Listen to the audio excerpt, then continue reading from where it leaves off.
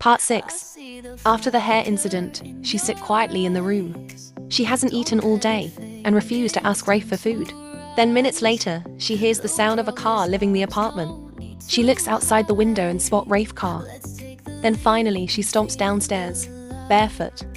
Hair still in a messy towel turban, wearing an oversized hoodie she found in her suitcase. She glances around the living room suspiciously to make sure Rafe isn't there. The plate of breakfast he made earlier still sits on the counter, heated and neat, waiting for her, her stomach growling louder than ever. She eyes the rice and soup like it's the enemy, then finally gives in. She picks up a spoon and takes a bite, then another, and another. In moments, the plate is clean. Then she walks upstairs, sighing in defeat, crumbs still on her lips. Serena. Fine. You win this round, Rafe, but just wait. This isn't over. Behind her, in the living room doorway, Rafe quietly watches her with hands in his pocket, one brow slightly raised. He doesn't say a word, just turns and walks away before she notices. Serena, now changed into a comfortable, but still expensive looking, in a hoodie and shorts, wanders aimlessly through the house. Her hair is finally back to normal and dry, though still slightly frizzy from yesterday morning's disaster. And her expression is one of restless boredom mixed with suspicion. She drifts into the small guest room, peeking around the modest furniture and packed boxes, making a face at the plain decor. Then she notices a half-open drawer in the corner. Something shiny catches her eye. Serena, curious. What's this? She pulls the drawer open fully. Inside lies a velvet box. She lifts it out, flips it open, and freezes. Inside is a delicate diamond bracelet, elegant, understated but dazzling under the light. Her mouth falls open slightly before curling into a smirk. She shuts the box with a snap, her thoughts already spiraling. Serena. Oh, of course. Of course. She taps the box against her palm, pacing the room now with narrowed eyes. Serena, muttering to herself. So, he does have a woman. Figures. These silent and loyal type. She plops dramatically into a chair, her lips curling into a bitter smile. Always hiding a mistress somewhere. Or maybe two. What did I expect? Just because he acts all calm and obedient doesn't mean he's any better than the rest. He probably plans to ship me off and run back to her with my father's money. Serena, whispering to herself. Good. Makes my job easier. If he wants to play dirty, I'll bury him. Her nails tap rhythmically on the armrest as she begins to outline her mental revenge plan in full detail, still convinced the bracelet is proof of his betrayal. Meanwhile, downstairs, Rafe is in the garage, quietly helping the movers load boxes into the back of a small moving van. His movements are efficient and unhurried. A faint sheen of sweat clings to his temple, but his expression remains calm, focused, and unreadable. At one point, he pauses and looks back toward the house, as if sensing something, then shakes his head faintly and keeps working. Back upstairs, Serena stands in front of the mirror now, wearing the bracelet on her wrist just to see. It sparkles beautifully on her skin, but she scoffs and tosses it back into the box with mock indifference. Serena. Go ahead, Rafe. Lie to my face. I can't wait to see you crash and burn. She stalks out of the room dramatically, the faintest smile on her lips as if she's already won. While downstairs, Rafe keeps silently packing their things, completely unaware of the storm brewing above him. Later that evening, Rafe is in the garage, quietly checking the boxes for the move when his phone buzzes. He glances at the screen. Chairman, he answers calmly. Rafe, even respectful. Good evening, sir. Chairman, immediately worried. How is she? Is she eating? Talking? She called me, but you said I shouldn't pick. Is she behaving herself? He watches silently before answering. Rafe, gently, measured. She's adjusting, sir. Slowly. But she's fine. Chairman, still fretting. Should I send her something? Money? Jewelry? Maybe if she sees I'm still thinking of her. She'll calm down. Rafe pauses. He sits on the workbench and speaks softly but firmly, kind, not confrontational. Rafe, I appreciate the thought, sir, but that may not help her right now. A pause. Rafe, she's proud. If you shower her with more gifts, it might feel to her like you're trying to fix things with money. It could make her feel even more distant. The chairman exhales, quiet now as he listens. Rafe, calm, sincere. Let me try. I know I can't replace the life she's used to, but I want to earn her trust, even if it takes time. She's your daughter and my wife now. If it's okay with you, just let me handle it and protect her. There's a long silence on the line. Then the chairman lets out a low, resigned sigh. His tone much softer now. Chairman, quietly. All right.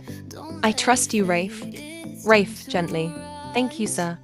He ends the call and pockets the phone, staring up. Then he gets up and continue counting the box.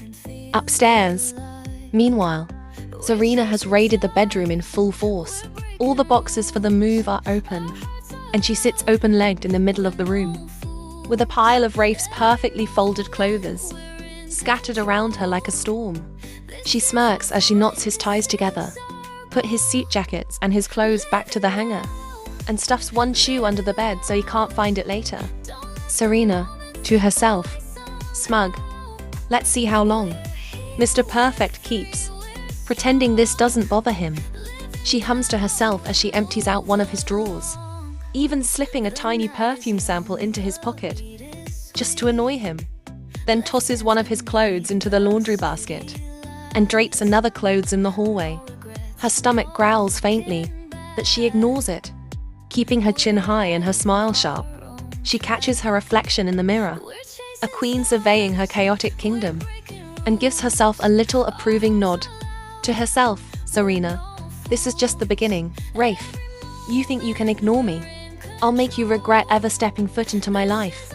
Downstairs, Rafe listens faintly to the thuds and clinks above, his jaw tightening just slightly.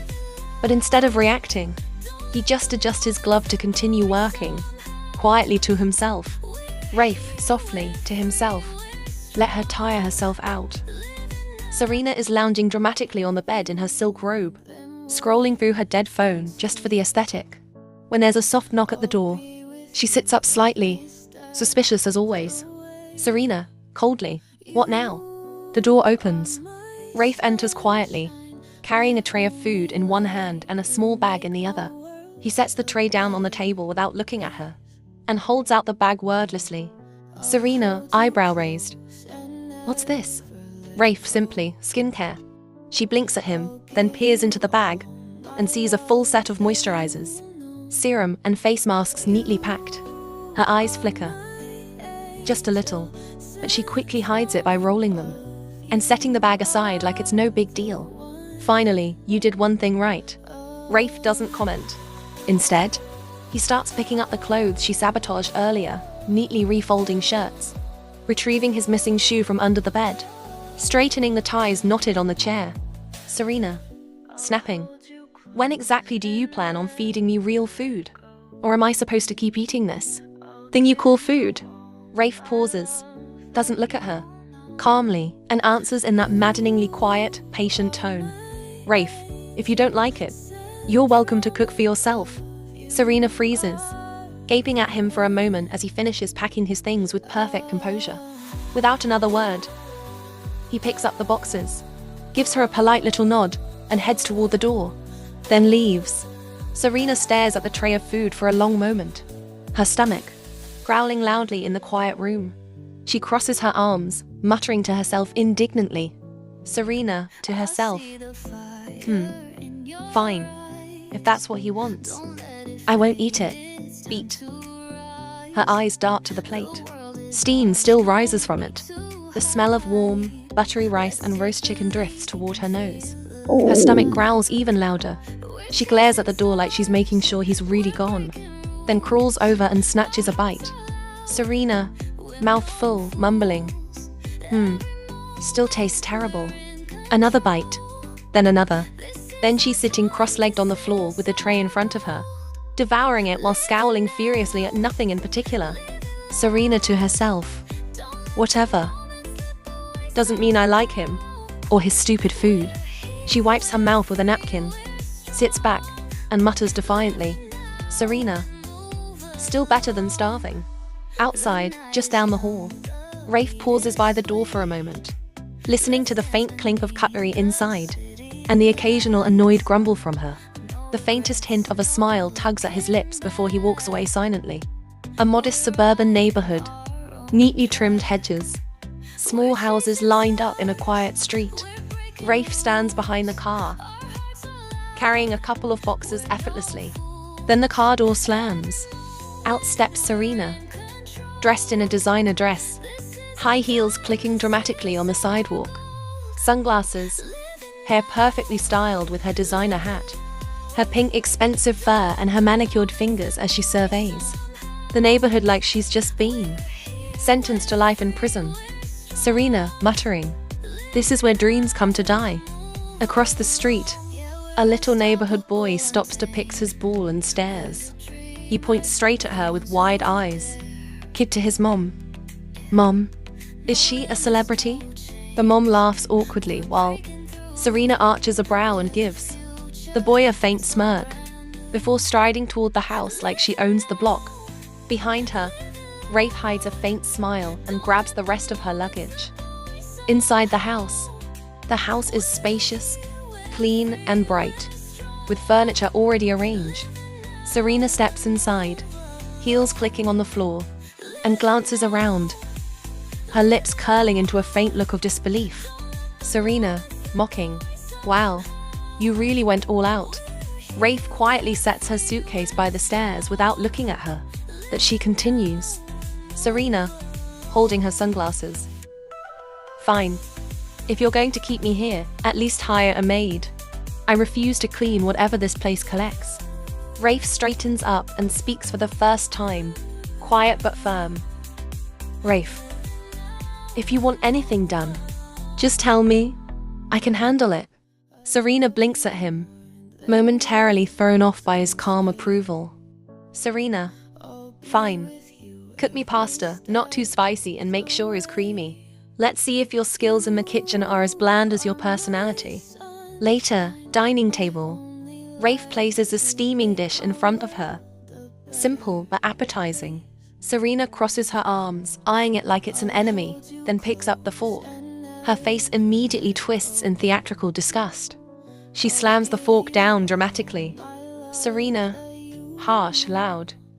"What is this? Dog food? Is this the best you can do?" Rafe sighs silently, bending down to pick up the fork she dropped on the floor. That's when Serena, with a sharp glare, dumps the food right onto his head and shoulder. He freezes, still bent slightly, as the sauce drips down his shirt. Serena sits back, chin raised in smug defiance. "Serena." "Oops." Rafe straightens slowly, brushing the food off himself wordlessly. His eyes flick to hers, calm, unreadable. Then he simply picks up the plate, tries to wipe the stain, take off the apron, wash the plates. Internal. Serena, watching him from her chair. Let's see how long you keep pretending this doesn't bother you." He doesn't even glance at her, as he washes his hands and quietly finish cleaning the floor and table, and leaves her sitting there alone, her stomach faintly growling again. Don't forget to like and subscribe and turn on your notifications to know when I upload the next chapter.